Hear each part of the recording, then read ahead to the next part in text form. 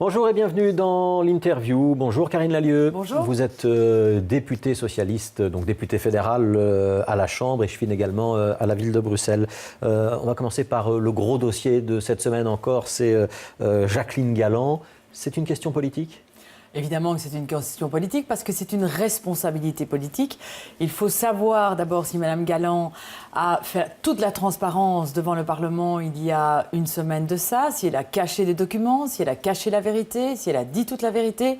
Et de toute façon, nous savons déjà aujourd'hui qu'elle a commis non pas une imprudence, comme dit le Premier ministre, mais une illégalité, lorsqu'elle a désigné, lorsque son cabinet a désigné le cabinet Clifford, sans marché public. Donc là, vous restez sur la même ligne, c'est une désignation illégale, il n'y a pas eu d'appel d'offres, il n'y a pas eu de marché public passé dans les règles. Aucun marché public, pas de l'avis de l'inspection des finances, pas d'avis du ministre du Budget, pas d'avis du Conseil des ministres pour une somme quand même qui frôle le demi-million d'euros. Ouais, la défense de Jacqueline Galland, on a pu la lire dans la presse ce matin, c'est de dire qu'on est en dessous de 414 000 euros et que dans des circonstances particulières, il peut y avoir des dérogations et qu'on serait dans une circonstance particulière et qu'on aurait pu passer le marché de gré à gré, donc directement avec l'intéressé. Madame Galland est quand même bourgmestre depuis 15 ans à Jurbis. J'espère qu'elle ne gère pas sa commune sans marché public comme elle le fait comme ministre. Il y a des règles. Les règles de marché public, c'est qu'il faut mettre en concurrence et c'est de la saine gestion, c'est de la bonne gouvernance. Il faut savoir le prix de chacun pour un service. Elle dirait, dans le cas présent, je suis dans une exception. Il n'y a pas d'exception. Il y a des exceptions pour des contentieux. Nous ne sommes pas face à un contentieux. Elle a chargé un cabinet d'avocats pour rédiger une loi. Et elle avait une administration qui avait déjà rédigé 2 avant-projets de loi et qui aujourd'hui corrige la copie de Clifford qu'elle a payée cher et vilain. Ce n'est pas ça de la bonne gestion, c'est de l'argent public dépensé de manière totalement illégale. Ouais, mais si vous dites qu'il y a eu un acte illégal commis, ça veut dire qu'on peut avoir une plainte et ça veut dire qu'on peut avoir une action en justice. Pourquoi est-ce qu'il n'y a pas une plainte aujourd'hui ? Ça, les plaintes, effectivement, c'est d'autres avocats, c'est d'autres qui peuvent porter les plaintes. C'est le parquet qui peut se saisir d'office de la plainte. Là, ce qu'on demande à Mme Galland, c'est évidemment la transparence. S'il n'y a pas de plainte, ça veut dire que ce n'est pas tout à fait illégal ? Écoutez, le parquet, là, il poursuit celui qui l'a envie. Je ne sais pas si le parquet a déjà tous les documents. Ce n'est pas à moi, à un moment donné, à me substituer à la justice. Je suis une parlementaire. Ce que je veux, c'est la transparence et la vérité. Mentir devant un Parlement, c'est inacceptable. Ouais, ce matin, on vous a transmis d'autres documents. En tout cas, on a transmis à la conférence des présidents une série de documents. Est-ce qu'il y a des nouvelles choses ?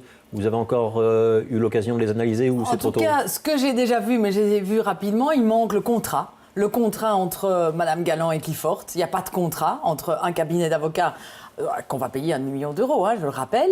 Et il manque aussi toute l'analyse de l'inspection des finances qu'on aura sans doute cet après-midi. Sinon, il y a un relevé de mails et on va analyser tous ces mails pour voir la logique entre Jacqueline Galland et son administration. Elle a une méfiance vis-à-vis de son administration, mais encore une fois, la responsabilité politique, tant pour ses membres de cabinet que pour son administration, c'est Jacqueline Galland qui la détient. S'il n'y a pas le contrat, ça veut dire qu'on ne vous a pas transmis toutes les pièces et vous allez le réclamer ? Non, peut-être qu'elle n'a même pas fait un contrat. C'est la question qu'on va lui poser. En tout cas, on n'a pas le contrat dans les documents tels que distribués à la conférence des présidents. Alors ce matin, Conseil du mouvement réformateur, où Jacqueline Galland s'est exprimée, on dit qu'elle bénéficie du soutien unanime de son parti. Ça veut dire quand même qu'on est dans un clivage majorité-opposition ?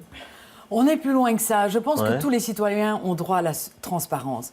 Le lieu, il faut respecter à un moment donné un Parlement. Ouais, mais on n'a pas l'air de penser qu'il y a un problème. Parce que vous êtes dans une attaque politique. Je pense qu'il y a un problème. Quand le Premier ministre a dit qu'elle a commis une illégalité, mais demain, elle a fait une imprudence, elle était de bonne foi, il a déjà reconnu qu'elle n'a pas respecté les imprudence administrative, c'est le terme employé aujourd'hui au mouvement réformateur. Ça, je n'y crois pas. Je pense qu'une responsabilité politique, quand on est ministre, on a une responsabilité politique et on a une responsabilité devant le Parlement. Nous verrons qu'est-ce qu'elle vient nous dire demain et nous verrons aussi si elle nous a vraiment, réellement transmis l'ensemble des documents et nous entendrons aussi, bien évidemment, le président du SPF Mobilité, M. Ledoux, demain. Mais en tout cas, le Premier ministre, et elle l'a déjà reconnu, pas de marché public, de l'imprudence, de la bonne foi. Moi, j'appelle ça juste de l'illégalité. Il faut mettre les mots sur les actions. Donc Laurent Ledoux, le patron du service public mobilité, ce sera le matin. Elle, ce sera demain après-midi. Est-ce qu'il faudra les confronter à un moment ou à un autre ? Parce qu'on sait qu'ils n'ont pas toujours la même version. Eh bien, nous verrons. Nous verrons si l'audition de M. Ledoux permet, après, de poser les questions ad hoc à Mme Galland. Et s'ils disent la même chose, il ne faudra pas les confronter. Demain, s'ils ont effectivement des discours complètement différents, il faudra les confronter. Je rappelle qu'on a aussi le Premier ministre, vendredi après-midi, qui a quand même couvert découvert les illégalités de Mme Galland en disant que c'était la responsabilité de l'administration. Ouais, ça veut dire que ça peut aller crescendo jusqu'à vendredi dans ce dossier? En tout cas, nous verrons demain où en seront les débats à ce moment-là. Ouais. Alors, derrière le dossier Galland ou l'affaire Galland, il y a la problématique du survol de Bruxelles. Vous allez poser des questions sur l'ébauche, l'avant-projet de loi qui a également fuité dans la presse la semaine dernière. On ne va pas confondre les deux dossiers. Mais donc, on est sur la forme, mais le fond fait peur. Ouais. Le fond fait peur parce qu'on est en train de gifler les Bruxellois, étant donné que l'avant-projet de loi tel que défini, eh bien, ce sera le blanc-seing belgo-contrôle. Il n'y a aucune définition, il n'y a pas de consultation de la population et le fond du dossier fait très peur. Et ce qui me fait peur surtout, c'est qu'aujourd'hui, Mme Galland est décrédibilisée, elle est affaiblie face effectivement à un gouvernement où il n'y a que des partis néerlandophones à part le MR.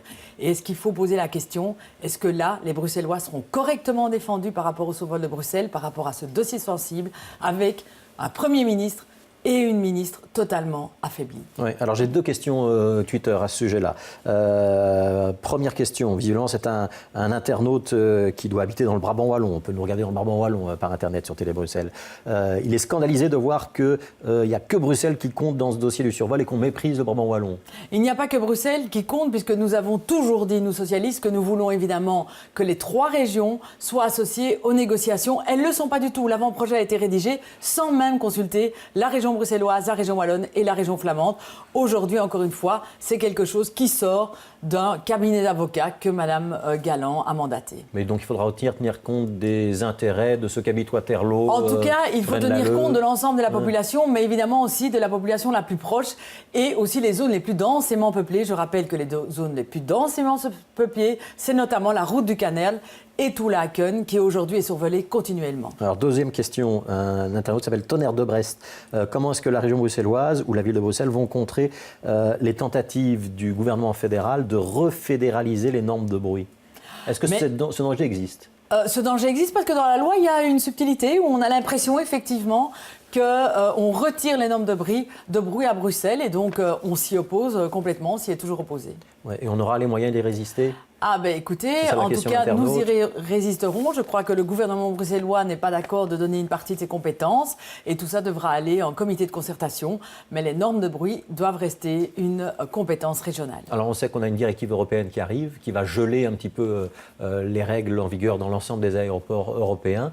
Est-ce qu'on aura réformé notre système de survol avant que cette directive européenne arrive? Ou est-ce que tout ce qui est en train de se passer autour du cabinet Clifford Chance et de l'affaire Galland font qu'on va arriver au-delà de la date limite? Ce serait honteux d'arriver au-delà de la date limite parce que ça veut dire que tout sera figé. Nous ne voulons pas que tout soit figé. Nous l'avons déjà dit, on veut changer les horaires de la nuit, on veut diminuer les vols de nuit, aller jusqu'à l'extinction des vols de nuit, on veut augmenter la nuit calme, on veut une autorité indépendante. Tout ça, nous ne l'avons pas. Et ce serait vraiment inacceptable qu'on joue la montre pour qu'il y ait la directive européenne qui gèle la situation actuelle. Alors, on va parler électricité.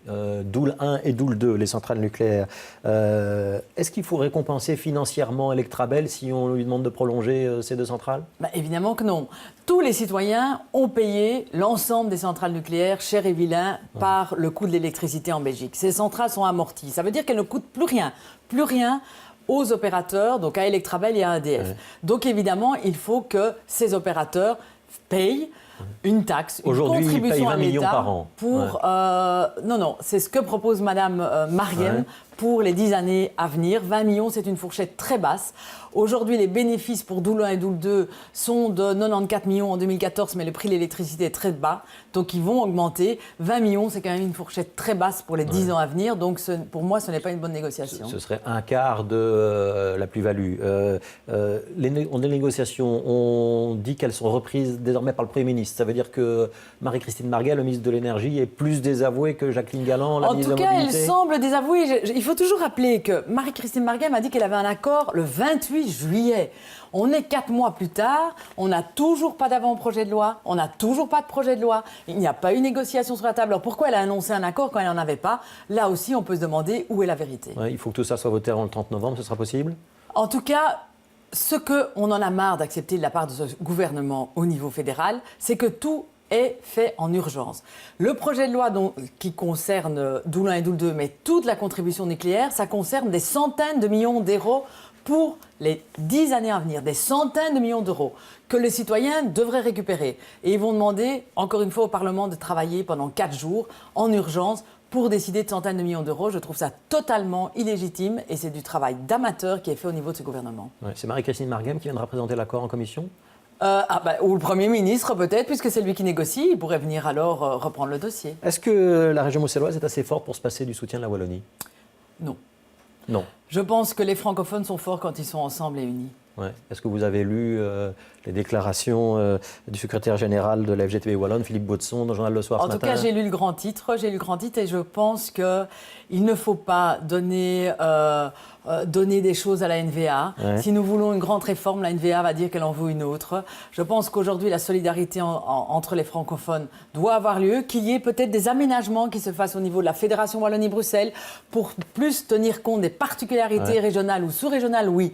Qu'on mette à mal la Fédération Wallonie-Bruxelles, je dis non. Ouais, ce que dit le secrétaire régional de la FGTB Wallonne, c'est que on pourrait régionaliser l'enseignement ou la culture, ça permettrait d'être plus efficace, d'être plus en prise avec les réalités économiques de chacune des deux régions. Et il n'est pas le premier à le dire, d'autres socialistes, y compris des élus du PS, l'ont dit. Il ne faut pas pour ça détruire des liens de solidarité forts entre l'ensemble des francophones. Donc on ne supprime pas la communauté française. On va être affaibli. Il faut simplement s'adapter au niveau de la Fédération Wallonie-Bruxelles pour mieux tenir compte des priorités dans chaque région ou sous-région. Et pourtant, si Bruxelles récupérait l'enseignement et la culture directement, ce serait l'occasion d'affirmer un enseignement bruxellois, peut-être de s'affirmer comme une région plus forte. Bruxelles a déjà une part culturelle et Bruxelles y travaille très bien. Et Bruxelles sera plus fort avec la Fédération Wallonie-Bruxelles, j'en suis convaincue. Donc Bruxelles a une part de culture, les communes ont une part de culture. Ouais. Il y a des choses à faire au niveau de l'enseignement, mais comme l'a dit Rudy Vervoort, il faut tenir compte un peu plus des réalités qu'il y a sur Bruxelles. C'est pas pour cela éliminer d'un revers de bras la Fédération Wallonie-Bruxelles. Encore une fois, c'est un message que l'on donne du côté néerlandophone et c'est un message pour moi dangereux. Et donc le FGTB se trompe, Wallonne en tout cas, se trompe de message. En tout cas, je ne suis pas M. Baudson dans ce message-là, non. Merci Karine Lallieu d'avoir été l'invitée de l'interview. On se retrouve demain, même heure, même chaîne, avec un autre invité. Excellente fin de journée sur Télé Bruxelles.